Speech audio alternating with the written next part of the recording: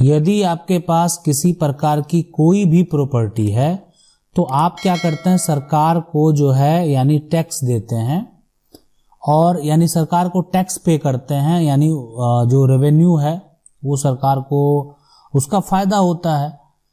अब अगर आपके पास जो भी जमीन है, अगर आप सरकार को टैक्स दे रहे हैं और वो आपके नाम पर आ गया, ठीक है, आप मान लेते हैं आपके दादा, आपके परदादा या आपके पिता की वो संपत्ति है और आज जो है आपके नाम से वो टैक्स पे कर रहे हैं, मतलब आपका जो टैक्स जा रहा है वो आपके नाम से जा रहा है। यदि ऐसा है तो आप उस संपत्ति के मालिक हैं, आप उस संपत्ति को बेच सकते हैं। अगर खरीदने वाला उस संपत्ति को खरीदता भी है तो किसी प्रकार का आपत्ति नहीं होगा, ना उसका म्यूटेशन कराने में, ना उसका रजिस्ट्री यानी रजिस्ट्रेशन करवाने में, तो सारा कुछ जो है इजीली हो जाएगा। अब है कि अगर कोई भी जमीन है, अगर आप मान लेते हैं कि आपका उस पर कब्जा है ना, लंबे समय से है, और रसीद भी जो है आपके नाम से उसका कट रहा, मतलब जो लैंड का उसका स्लिप है, यहाँ रसीद का मतलब हो गया कि जो आप सरकार को टैक्स दे रहे हैं उसके लिए वो स्लिप है, वो भी आपके नाम से आ रहा है ना। तो अगर आप उसको बेचना चाहते हैं, है ना, बेचना चाहते हैं तो आप इजीली उसको बेच सकते हैं, इसलिए कि वो आपके नाम पर है। लेकिन अगर इस संपत्ति में और हिस्सेदार हैं, तो अगर और हिस्सेदार हैं लेकिन फिर भी जो लैंड का टैक्स है वो आपके नाम से जा रहा है, और हिस्सेदार अगर चाहे तो उस पर दावा कर सकता है।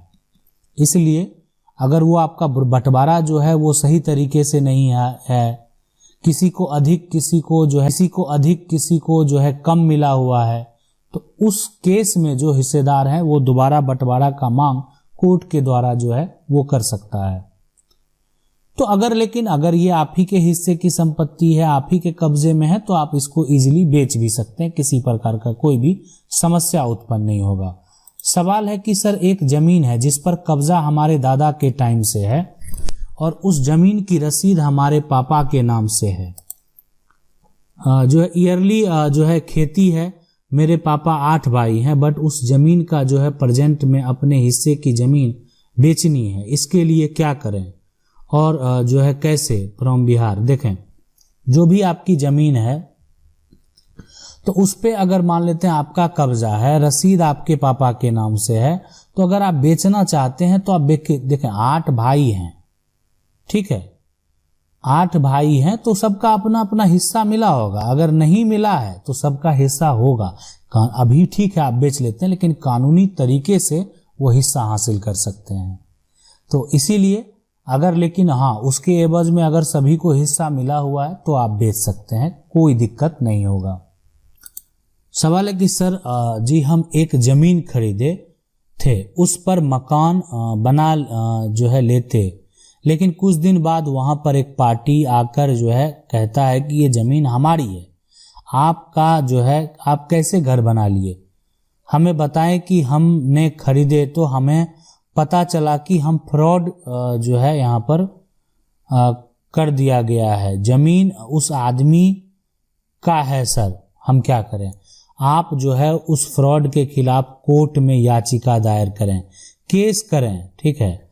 अब है जो विक्रेता होगा, आपने खरीदा तो आपने रजिस्ट्री कराया कि नहीं कराया, नहीं कराया, ठीक है, आपने खरीदा लेकिन आप रजिस्ट्री नहीं कराए, फिर भी आपको एक कंप्लेन FIR उस फ्रॉड के खिलाफ दर्ज तो कराना चाहिए।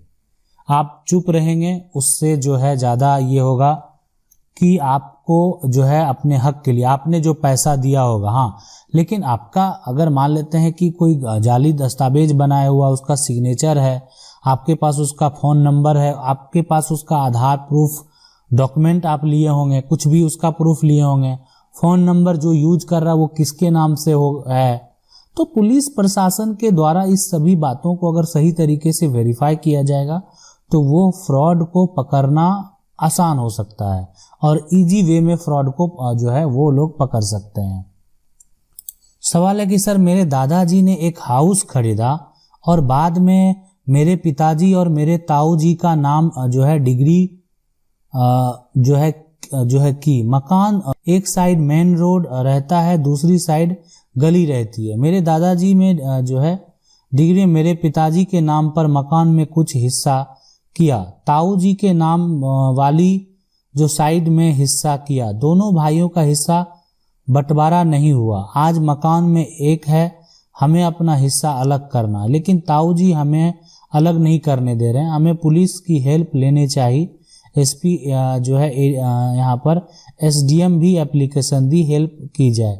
देखें इसका अगर मामला जो भी मामला है तो अगर आप पार्टीशन के लिए सिविल कोर्ट जाएं, उसके पार्टीशन के लिए आप सिविल कोर्ट जाएं, सिविल कोर्ट के किसी वकील से संपर्क करें, उसके बाद उनको सारा मामला जो भी है दस्तावेज जो मकान का है उसके साथ उस जो आपके जो बंटवारा नहीं करने दे रहे हैं, जो हिस्सा अलग नहीं करने दे रहे हैं, उनको नोटिस किया जाएगा और आप जो है संपत्ति का पार्टीशन कोर्ट के द्वारा कर लें। कोर्ट के द्वारा तय किया जाएगा कि इस मकान, अब कोई भी मकान है, कोई हिस्सा चाह रहा है, अब आपको एक कमरा मान लेते हैं, ठीक है 2 कमरे का ही मकान है तो इसमें तो आपका एक ही कमरा होगा। अब अगर उसमें एडजस्ट करना संभव नहीं है, ठीक है, तो आप ऊपर बना सकते हैं और ऊपर बना सकते हैं। आपका जितना हिस्सा होगा, अगर मान लेते हैं दोनों पार्टी इस बात से सहमत नहीं है कि कोई ग्राउंड फ्लोर ले ले और कोई फर्स्ट फ्लोर ले ले, बहुत लोग ऐसे भी अपना बंटवारा करते हैं। लेकिन अगर 2 पार्टी चाह रहा है कि नहीं हमको मकान में ही आधा चाहिए, तो कोर्ट से मकान में आधा दिया जाएगा। अब आपका जितना स्पेस बचता है आप उतना में अपना गुजर बसर कीजिए।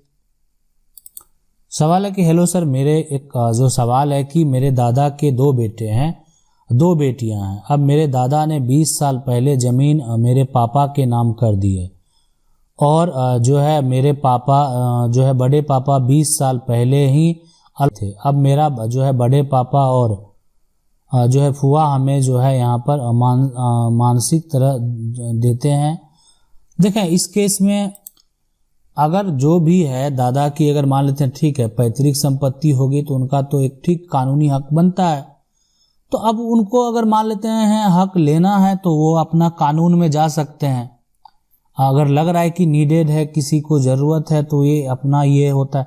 लेकिन देखें कानून जो कहता है कि बेटी को भी पैतृक संपत्ति में, जो पैतृक संपत्ति है बाप दादा की संपत्ति है, लेकिन अगर अभी फिलहाल आपके पापा और बड़े पापा के नाम से संपत्ति अलग है तो आप जो है एक तरह से अगर देखा जाए तो अपने पास संपत्ति आप रखे हुए हैं, आप नहीं देना चाहते हैं। लेकिन अगर आपकी जो फुआ है वो कानून में जाती है तो कानून में क्या होगा कि पैतृक संपत्ति अगर है तो वो 4 पार्ट में बटेगा ही बटेगा। इसलिए जब वो 4 पार्ट में बटेगा ही बटेगा, इसलिए जब वो कोर्ट जाएंगे तो कोर्ट उस संपत्ति को जो कानून कहता है उसके तहत उसको डिवाइड करेगी। तो कोर्ट के द्वारा जो संपत्ति को अलग किया जाएगा तो उसी प्रोसेस से किया जाएगा।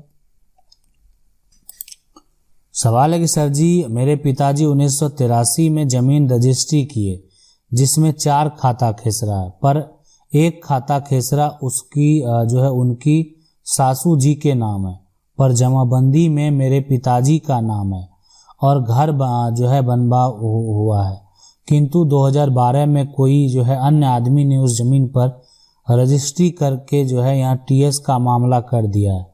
अब मैं क्या करूं? पिताजी जो है यहाँ पर बेचने वाला दोनों का जो है देहांत हो चुका है।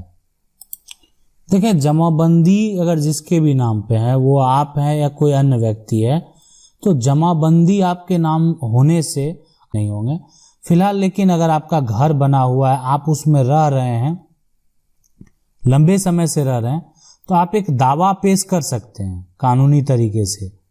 आप उसी घर में रह रहे हैं, उसी मकान में रह रहे हैं, उसके अलावा आपके पास किसी प्रकार का कोई प्रॉपर्टी नहीं है।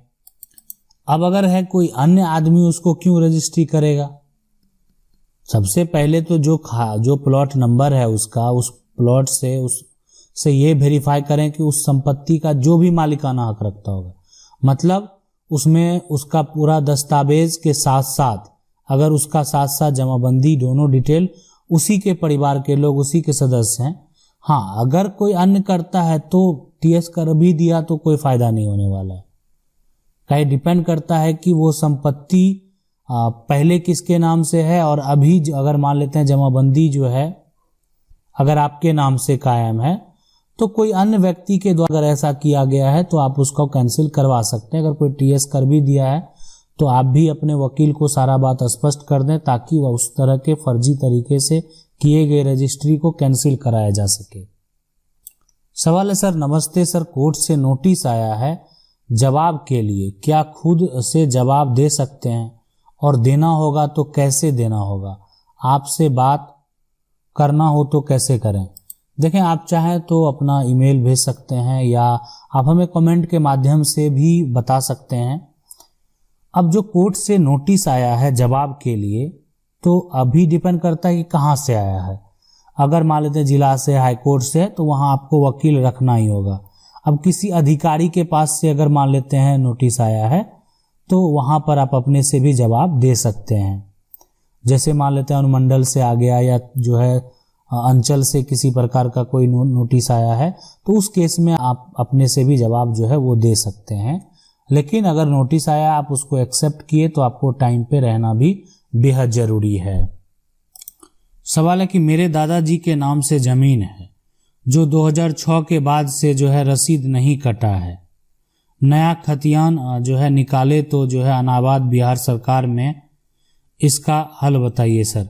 देखें, अगर 2006 के बाद जो है रसीद नहीं कट रहा है, जो भी हो रहा है, और अगर वो अब बिहार का जो है यानी अगर बात करें सरकार के नाम पर हो गया है तो आप उसका पुराना इन्फॉर्मेशन आप निकाल लें, है ना। पुराना इन्फॉर्मेशन अगर मान लेते हैं आपके दादाजी परदादा जो भी होंगे, अगर उन्हीं के नाम पे वो संपत्ति होगा तब तो आपको बिहार सरकार के ऊपर टाइटल सूट का दावा करना होगा कि पहले आप उस संपत्ति के मालिक थे, आपके पूर्वज किसी प्रकार का कोई मुआवजा नहीं लिए हैं, तो आप आखिर इसको बिहार सरकार क्यों किया गया। वर्तमान में वो जमीन आपके कब्जे में भी अगर है तो और अच्छी बात है, आप ये भी पक्ष रख सकते हैं कि वर्तमान में ये संपत्ति हमारे कब्जे में भी है। आशा करते हैं वीडियो अच्छा लगा होगा। वीडियो को लाइक जरूर कर दें। चैनल को पहली बार देख रहे हैं सब्सक्राइब करके जो बेल आइकन है उसको जरूर दबा लें। मिलते हैं अगले वीडियो में, तब तक के लिए।